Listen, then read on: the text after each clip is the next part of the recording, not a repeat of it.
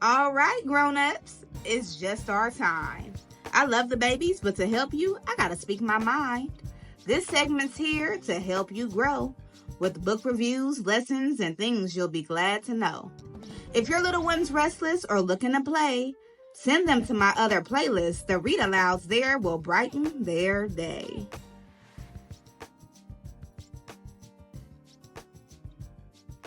Hello, beautiful people. Welcome back to the Teacher Lady Show. Thank you for joining me for this episode of Behind the Book. I'm Miss Erica, the teacher lady, your fairy godparent when it comes to sharing joyful stories and growing young minds. Now, every single week on the Teacher Lady Show, we have a new topic. And this week's topic is all about the abuse of power. We want children to understand that adults do make poor decisions sometimes and that they can find a trusted adult whenever something feels uncomfortable. And of course, we're using picture books to be able to explain this topic, okay? Now, if you have not done so, be sure to check out the read aloud first so that you have some context as I go over this behind the book review. For today's episode, we're going to be doing a behind the book review on the youngest marcher, Audrey Faye Hendricks, okay? The youngest civil rights activist. On this behind the book review, we will be going over the glows, what I think was done well, the glows, what I think could have been done differently, who this book is for, and how do you use it as a resource to have these uncomfortable conversations with your little one. All in this episode of Behind the Book, where we go beyond the pages to get to the heart of the story.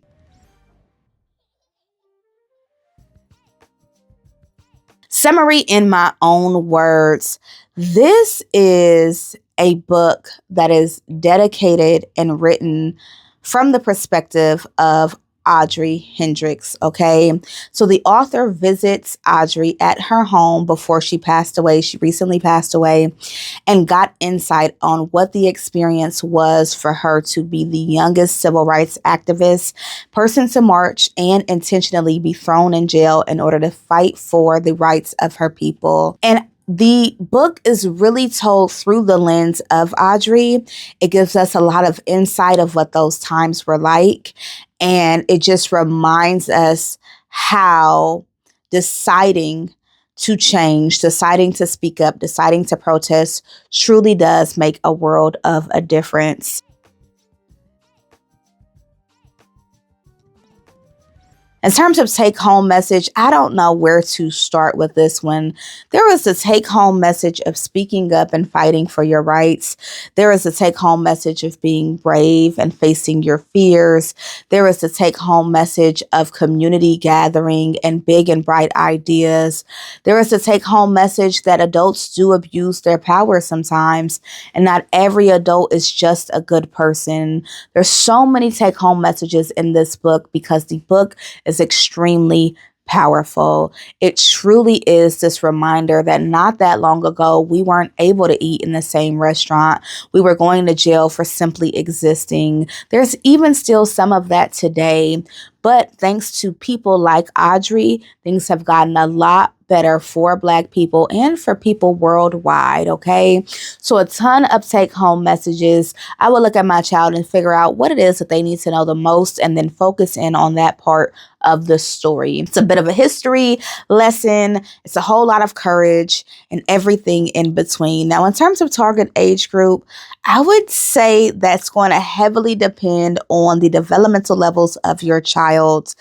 If we're going a neurotypical child, I would say 7 years old and up, because you want to be able to hold a conversation around what is happening and why it's happening.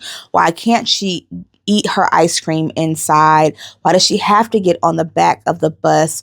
What does it mean to, fight against segregation?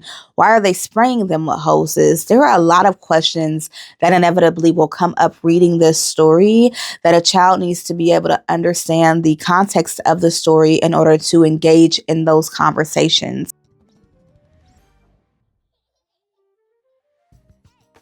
Who this book is for. This is a staple book. This is a part of history we do not want to erase. This is a part of history that we want children to understand is very real. We don't want to lose these people. The book mentions amazing activists like Martin Luther King, like Fred Shuttlesworth. There's just so much good in history and truth in this book that if you are a teacher, you are a school librarian, you're a parent, I definitely recommend you purchase this book so that you can keep it. This is a keepsake, okay? And to have this book written by way of an interview with Audrey Hendricks herself is just amazing to me. So definitely check this book out. Definitely get your copy. There's a link in the description below, and make sure that you have it so that you can continue to keep these stories alive.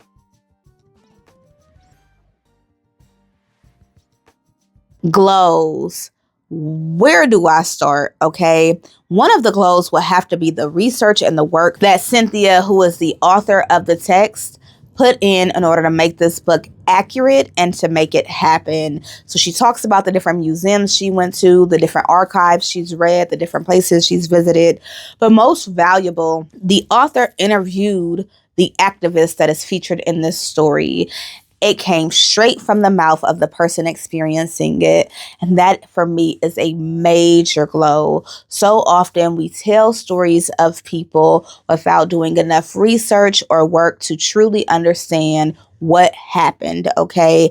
And one of the glows is that Cynthia did her big one, did all the research necessary in order to make this book happen. The other glow is that the story itself is extremely special, and there are all of these nuggets around the core story that help us get a better idea of what is going on. So in the back of the book, there is a timeline of events that took place, because we like to say that segregation was a long time ago and racism was a long time ago, but it wasn't. I mean, Audrey herself, who was the youngest marcher, just passed away, okay?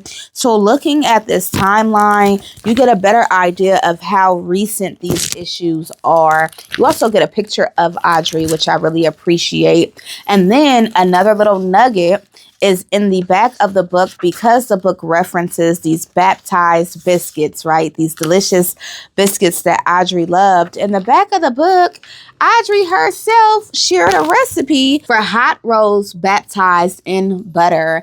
And that is major. Like, there are just so many gems in this book. The illustrations, of course, y'all know how I feel about Miss Vanessa's illustrations, are always amazing.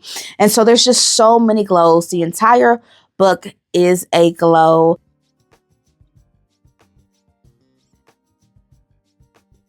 I do not have a grow for this story. There is nothing for me to critique or say. I am just extremely impressed that this is a thing, that this text exists, and I'm very grateful for it.